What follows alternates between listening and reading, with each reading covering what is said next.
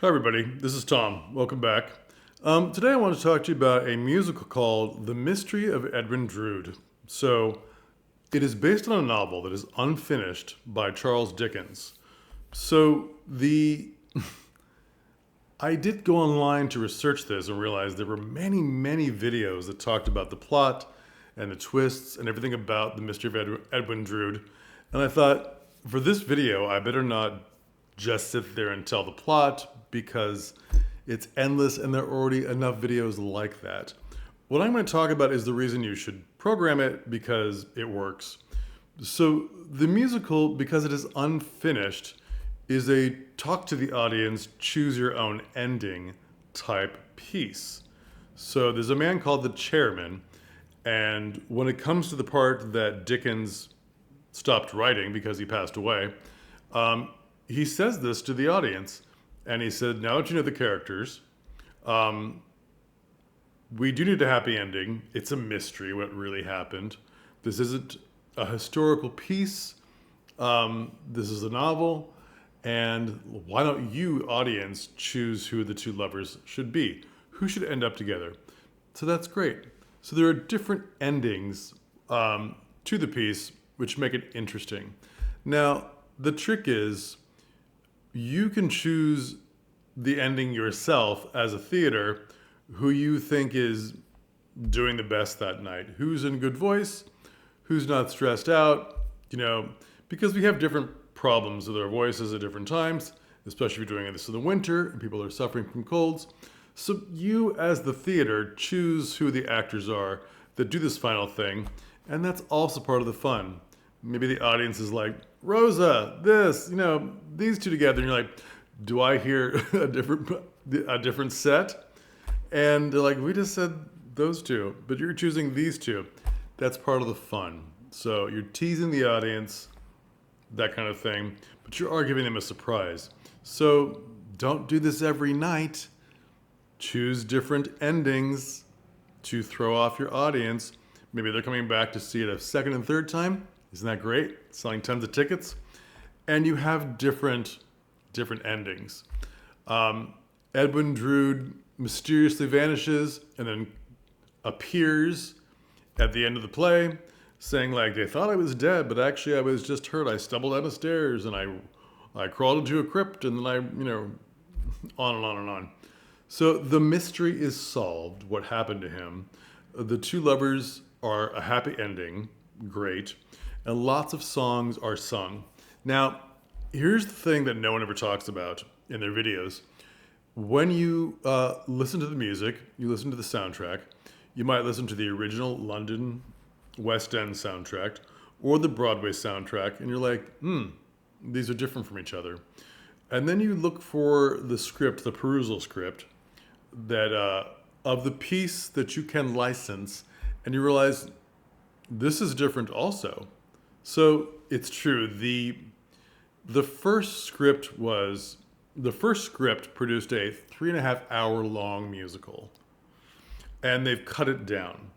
So I don't know how long the London recording is or the Broadway recording is, but what you can license as a theater is slightly different. Some songs have been replaced, which hopefully it's not songs that you were very attached to.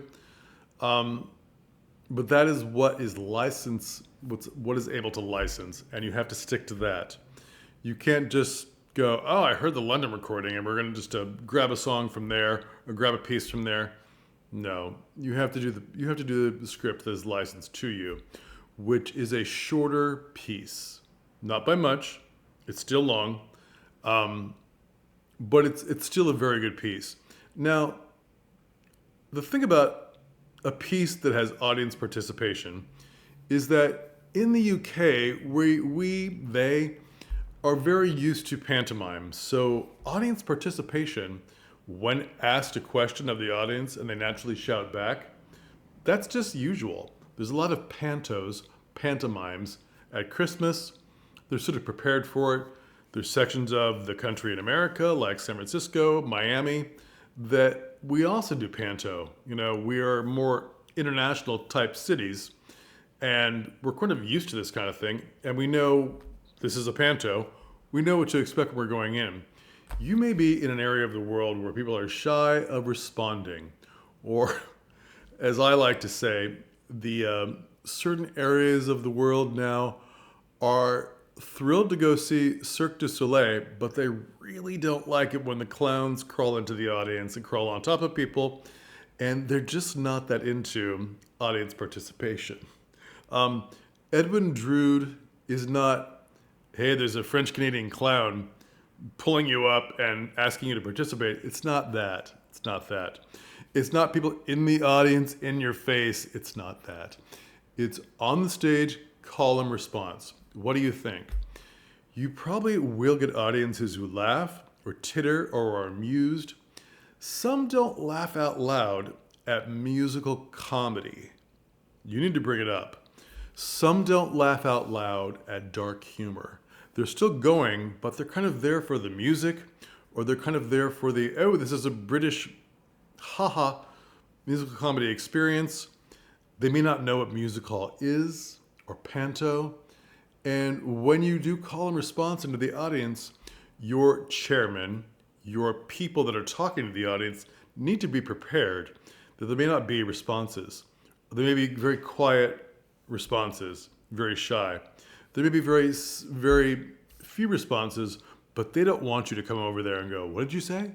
So you need to have them be like, did you say this? Just lean into it. And it needs to be someone who's witty, a raconteur, sort of an Eddie Izzard type, or a Sarah Millican, where just their laughing at the response or lack of it is enough to further the humor. And they got their own little engine and they laugh at their own jokes. And the audience being shy, or quiet, or unresponsive, or silent, if that's the case, is just fine. And they're ready to choose that ending for them, or anything that the person talks to the audience about. What you don't want to do is tease them for their shyness, or tease them for their silence. You want to just go, I think I heard this. You know, that's really a panto move. And you need to bring it up like that. You need to really like lean into it with those kind of motions and movements.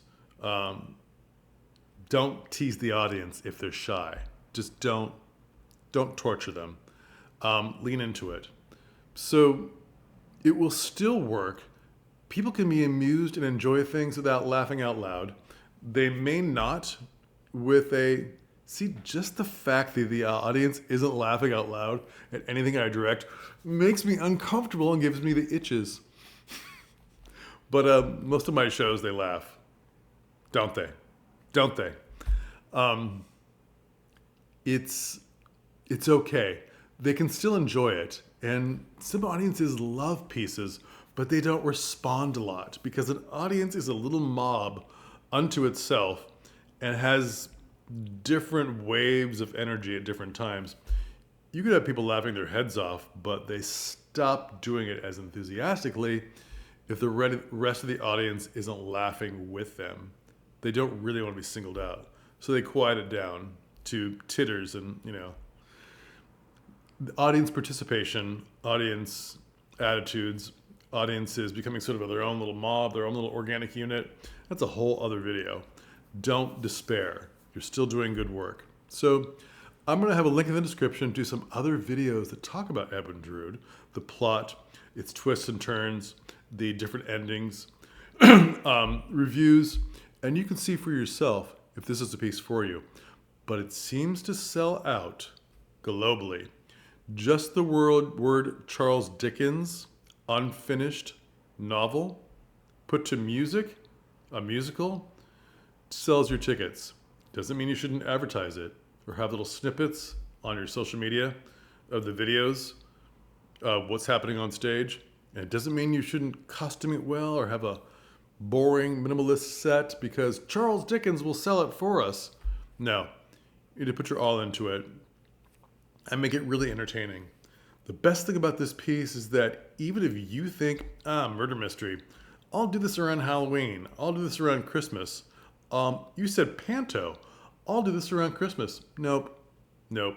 You can do it anytime. Murder mystery stuff sells. Charles Dickens stuff sells. It's not a holiday thing.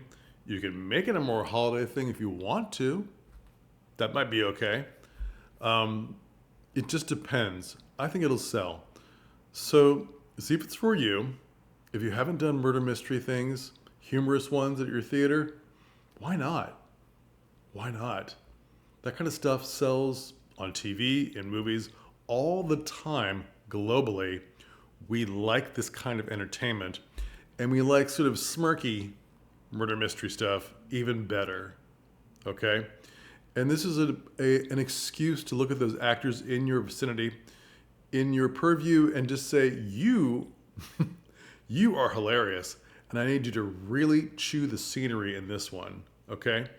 And everything that I've said, oh, not as much, you're too funny, here's the time where you can go nuts, okay? There's only 8 actors. Each of them has hilarity. Even if you don't think they do, it's the style of musical, style of play, style of story, where each of them can be hilarious, all right? Mystery of Edwin Drood. See if it's for you. I think it might be. Charles Dickens sells globally. You know that. And we're looking to get more people to come to your theater for entertaining pieces, especially these days with the economic downturn that's hitting a lot of different countries. We want them to come to your theater. We want them to be amused, get their mind off things, however you think of it. It'll sell. All right. Take a look, see what you think, and we'll talk again. Bye.